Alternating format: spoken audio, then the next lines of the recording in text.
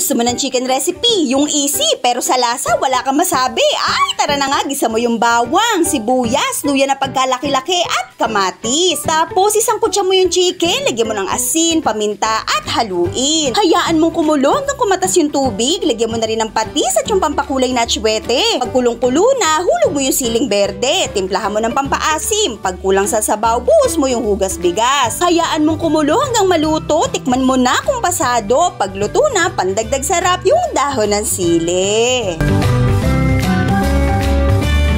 At ito na ang sinampalukang manok ni Nanay.